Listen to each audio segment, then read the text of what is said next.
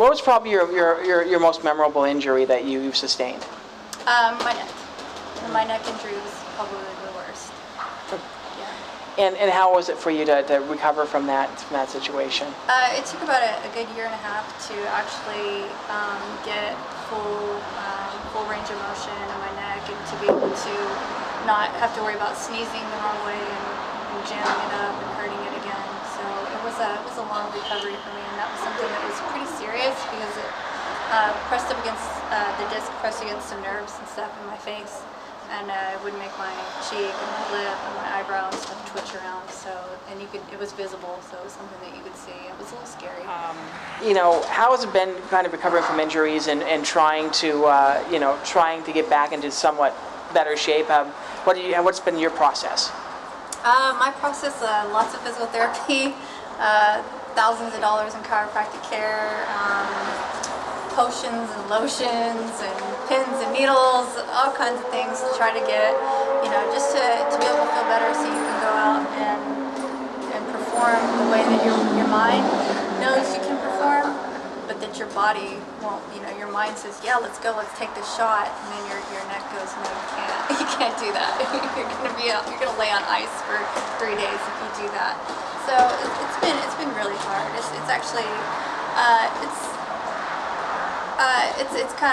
It kind of breaks my heart a little bit that I put so much time into it, and I've been in this sport for so long, and the fact that I haven't got out of it as much as I've put into it is kind of upsetting. I've trained so much, and I started when there was maybe like 6 105ers, that everybody was fighting against everybody, and then that should have been the time where I would have been able to make a name for myself and do something had I gotten stopped by an injury. Being in the sport for 9.5 years, you've probably seen, kind of the arc of what's been going on in terms of the marketing situation. It's still going on right now, with Ronda Rousey and Paige Van Zandt going on right now, and they seem to be pushed a lot more with their looks, as much as their skill. They're both talented individuals, but is the using looks as a marketing tool a hindrance to the sport? Do you feel that it's something that the sport needs, or is it somewhere in between that? I think there's a balance of it, and I think with anything that you're trying to promote or that you're trying to sell, you want to always show the best of what you have to offer with what you're trying to promote and sell. So I think, like, if you're trying to, you want to sell cars, you want to put your best model out first, and you want to say, okay, here's what we have, and get people interested, so then people can actually see, oh, okay, they have nice stuff, and then you can funnel in the rest of the talent that they might not think is as marketable appearance-wise, but it's not fair.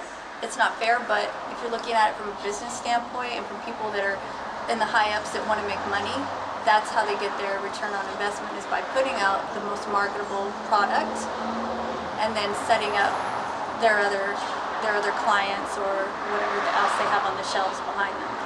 Was that something that was in the back of your mind when you were starting your career and started to get fights? It was in the back of my mind, but it was definitely on everybody's mind that spoke with me about trying to get me a fight or trying to get me a sponsor or something like that. They were like, oh, you're young, you're pretty and you can fight. That was always, you're pretty and you can fight. It wasn't you can fight and you're pretty. It's always you're pretty and you can fight. So it was like, in your first fight, did you get any bruises, any scrapes, any cuts? Oh, heck yeah, I did. I popped the capsule in my arm. It was my very first fight. I went straight pro. I didn't do any amateur fights or anything. It was one of those, we gotta hurry up and get you in there, hurry up and get you in there. And it wasn't my coach's idea. They were like, no, you're not ready. But I had everybody else hyping me up, like, yeah, you gotta get in there and fight. The time is now. We gotta use your face, and you're gonna make so much money. You're gonna be on the shelves of all your videos are gonna be plastered everywhere. So they really put it in my head that it was my time to fight, and it wasn't. I went up against an amazing athlete who had, at the time, I think 15 fights. And this was my very first fight, and I'd only been training for a year. So I went in there, I gave her a good judo toss, and we threw her around, and she caught me in an armbar, and that was the first armbar I'd ever really been caught into, and she cranked it. And I didn't want to tap, but the capsule popped, and the ref stopped it. You said, you've learned a lot of lessons in terms of that, And obviously the divisions have changed a little bit in terms of, the weight classes. We're seeing a lot more weight classes. 105 is now growing. That's your natural weight class as well. I mean, what's it like for you to see that, being a 9.5-year vet of this, of fighting, and now that we're starting to get some more women, that divisions are kind of, set, and we don't have to worry about a 15 fight veteran facing a debuter and all that as well. Yeah, so I think it's so good. I think it's so good for these girls that are coming up and they're getting into the sport. The sport has evolved so much now that we have. When I started, it was very few females that are training, and then a couple years later, it started to really get popular. And then you started to see little girls showing up in their gis, showing up with their boxing gloves, and all those girls have still been training. So now those girls have a good 6-8 years experience behind them, and now the platform is finally opening up for them, and they have opponents, they have competitors that are at the same level. So it's really nice to see that those girls are coming into an era of competition to where it's fair for them, and I think that's nice. And I think like with Misha Tate and some of the other girls, that fought, like they're veterans, man. They've been around. They paved the way for us, and they went through the same thing. There was slim pickings. They went up in weight classes. It was rough. It was rough coming into the sport early. Now, speaking of little girls and role models, what's it been like? I mean, there's so many great females now that can be role models, and they don't look like the cover model on Cosmo. Mm-hmm. We got like gals like Roxanne Modafferi, who you look and you wouldn't expect her to be a fighter if she walked off the street, but she's one of the best fighters in the world right now. Uh-huh. What's your opinion on that? The fact that there is so much variety now in terms of the weight classes and how certain women look, that some people are overcoming it. I mean, Roxy has a huge fan base. So what's your kind of thought? She's amazing. I love it. I love that now people are starting to look at athletes and see the Roxanne in an athlete, see her amazing spirit that she has as a competitor, her friendliness that she has. She has such a wonderful personality, and she's got a very diverse personality. She has all these cool interests and stuff, and it's good for other people to see, like, okay, I can still be an athlete. And I think one of the main things, and what's really important, is you don't have to be a jerk to be a MMA fighter, to be a martial artist. I think we have a big an era of cage fighters, and with that comes like I have to have an attitude, and I'm a badass, and I'm sour with everybody because I'm a fighter.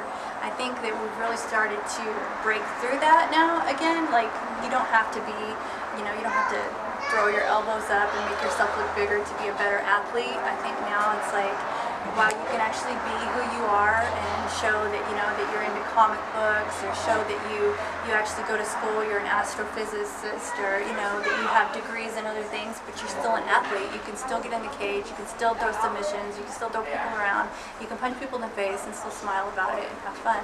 I think that's amazing for little girls to look up to. In all sports, not just with fighting, but with soccer and basketball and baseball, and there's just so many things. I think now that it's where it's always being thrown in your face, like, well, look how pretty she is, or she's so pretty. Like, that's always the first thing you see is she's so pretty. And I think now that there's so much more, like, wow, look how smart she is, or look what this startup company that she just came up with, or look at this app that this female just built. I think it's a really, really good time right now for females we're actually being able to show that we're so much more than just a pretty face, which is nice. If you were to give any advice to any fighter, a female fighter that was coming into the business, what would that be? I would make sure that if you're coming into the business, the most important thing is to find your gym. Find the gym that do your research on your coaches, and do your research on the fighters that are in the gym. Talk to them, ask them questions. How long have you been here? What has your coach done for you? What is going to be a good if it's going to be a good fit for you. But I think because there's so many coaches that just want to get people in the door and just want to take your money, and they're going to teach you. Anybody can go on YouTube and YouTube, okay, a 3-punch combo and a leg kick, and then come to the mat and teach people.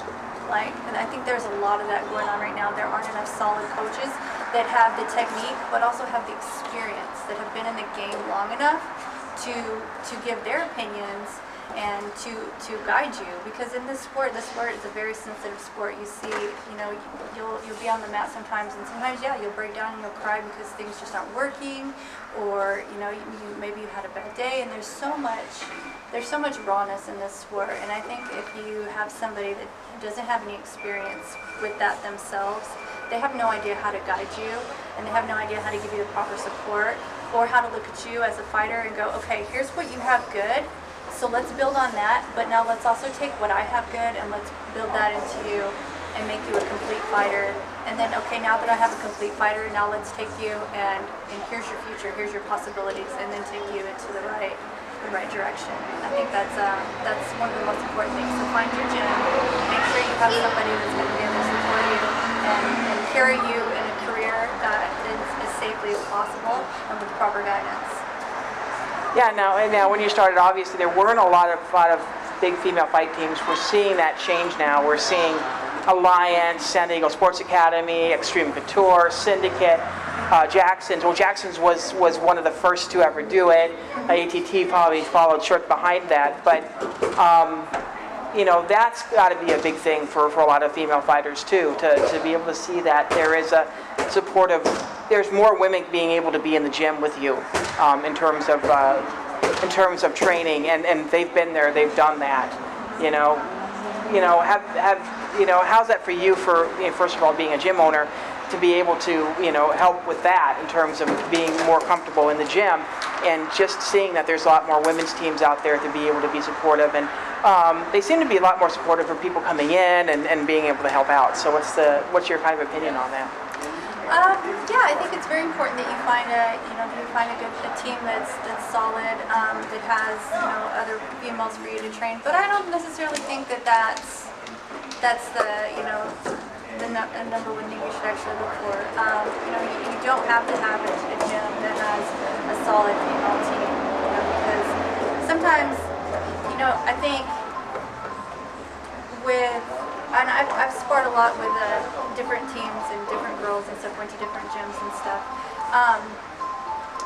If you have a good base, maybe like where girls have come to the gym and you guys have grown up together and there's a big camaraderie there, I think it's good. But I've even found for myself, like training with other women sometimes has been a little counterintuitive to my training, because it's almost like a pissing contest sometimes, like who's the better female, who's the tougher female, and until you kind of get that little, okay, now we're friends, but at first it's like, like two cats coming at each other. That's what I've experienced going to other gyms and sparring with other females. It was always like, oh wow, she was here to take my head off and prove a point.